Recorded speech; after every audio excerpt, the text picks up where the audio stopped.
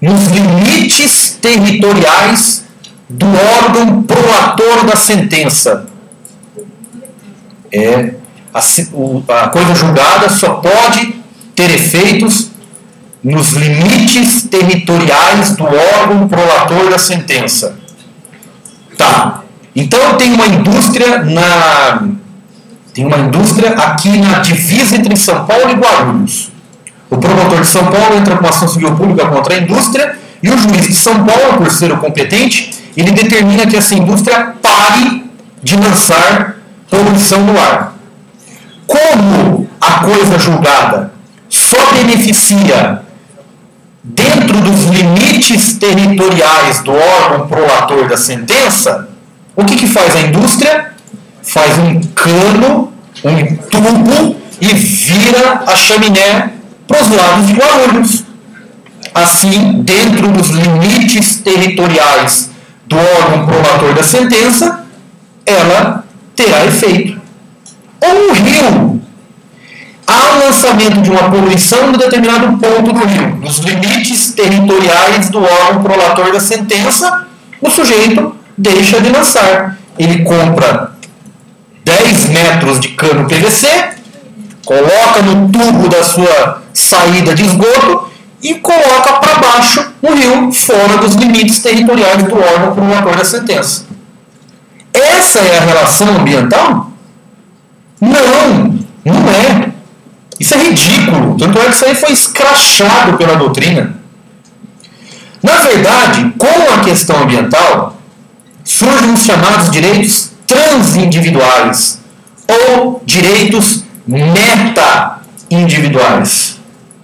Direitos transindividuais ou direitos meta-individuais. Eles se caracterizam exatamente por isso, por não pertencerem nem ao direito público, nem ao direito privado. Eles não fazem parte nem de uma relação pública, nem de uma relação privada.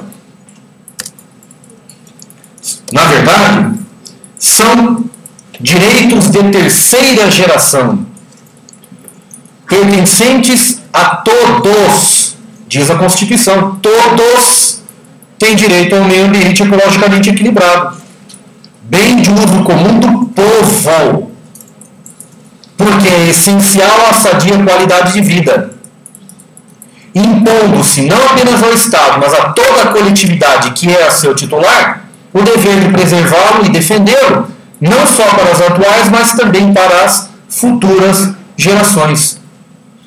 Portanto, o direito ambiental, ou meio ambiente, é um direito meta-individual, é um direito transindividual. Esqueçam daquela distinção clássica de Tício contra Caio. Certo? O problema é que muitos juízes, principalmente os mais antigos e principalmente os desembargadores, não tiveram essa disciplina na faculdade e pensam como direito clássico, direito individual. Uma vez eu entrei com uma ação minha, contra uma financeira, eu comprei um carro em 1997 com base no financiamento por dólar.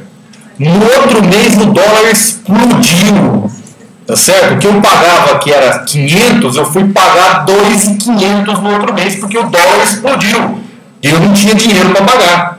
Eu entrei com uma ação contra a financeira, porque houve um desequilíbrio contratual, tá certo? Desequilíbrio contratual, com base no Código de Defesa do Consumidor.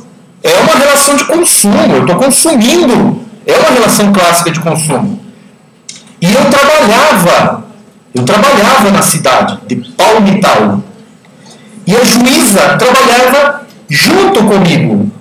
E a desgraçada julgou improcedente a minha ação, falando que o que vale é o Código Civil, pacta sunt servanda. Ou seja, o que contratou tem que pagar. Hã? Não, mas nós vivemos no Brasil, né? Sim. Mas o pacta sunt servanda não é absoluto. Ele vale também pelo princípio da previsibilidade. No próprio direito civil, no próprio direito civil existe a regra da previsibilidade. Se houver uma situação tal que desequilibra o contrato de uma tal maneira, você pode se valer do princípio da previsibilidade para alterar as cláusulas contratuais. Agora, imagine o Código de Defesa do Consumidor. Tá certo? Então, por isso que eu falo. Muitas vezes, a gente só pensa do direito individual. Então, olha, este curso tem uma finalidade. Quem aqui está tendo direito do consumidor? Então, já é um pouco mais fácil. Ou já teve direito do consumidor aqui? Quem já teve? Nossa, pouca gente. Hã? Vocês estão no 4º ano, não tem. Do 2º ano tem. Quem aqui está no 3º ano? Também não tem. 5º ano? Não tem? Que coisa, hein? Então, olha só.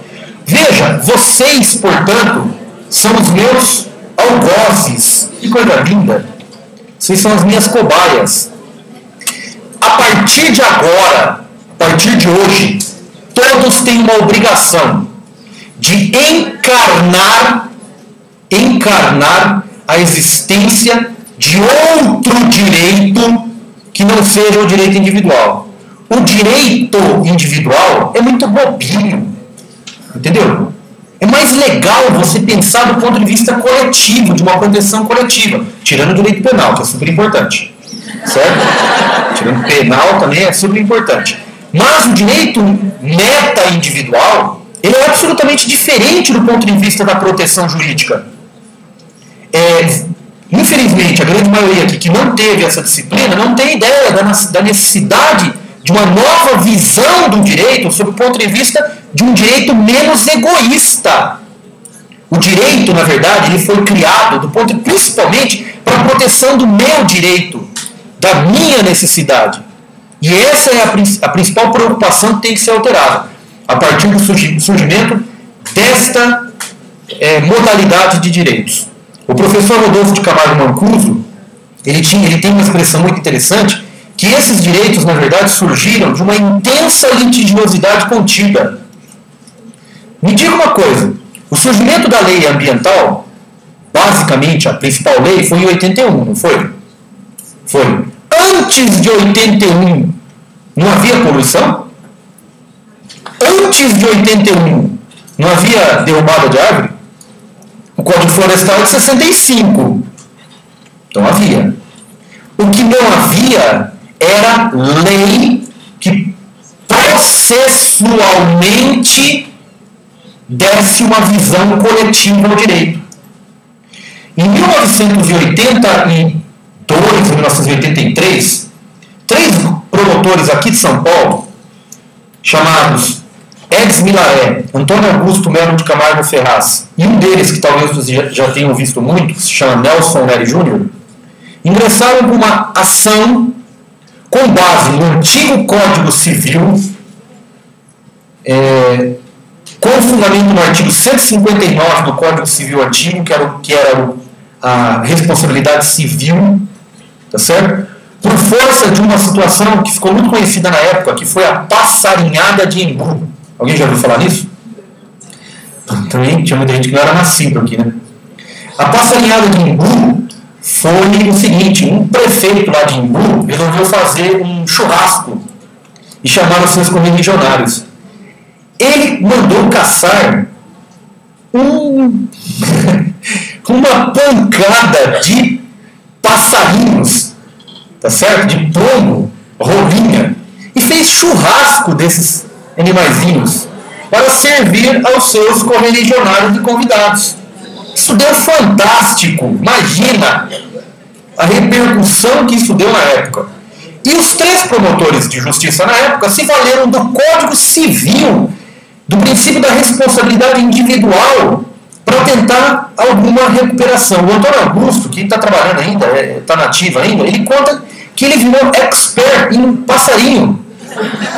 Ele foi na USP e foi conversar com um professor de botânica para entender como que funcionava o sistema reprodutivo dos animaizinhos, para ver quantos bichinhos que nasciam de cada ninhada. A vida útil de cada... Por quê? para calcular o valor de uma pombinha. Porque não tinha outro meio, não tinha instrumentos. Então, o que eu quero dizer? O que eu quero dizer com isso? Veja, havia uma intensa litigiosidade contida. Você não tinha como extravasar aquela litigiosidade porque não tinha instrumento. Basicamente é isso. Bom, qual foi a primeira lei que deu um tratamento coletivo a esses direitos? Foi a Lei 6938 de 81, a Lei da Política Nacional do Meio Ambiente. Bom, o próprio nome está indicando, Política Nacional do Meio Ambiente. A Lei da Política Nacional do Meio Ambiente traz um instrumento, no artigo 14, parágrafo 1º, que é o instrumento da responsabilidade objetiva ambiental. Ou seja, a partir da existência de um dano ambiental, o autor da ação não precisa provar que o fulano agiu com culpa.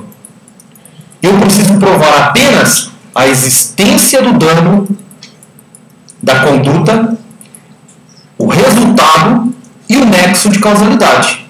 Só faltou a tipicidade para entrar no fato típico. Mas eu tenho aí a conduta, o resultado e o nexo de causalidade, o nexo etiológico entre conduta e resultado. Ou seja, inverte-se o ônus da prova. O réu é que tem que provar que não agiu com culpa ou que, por exemplo, houve uma situação que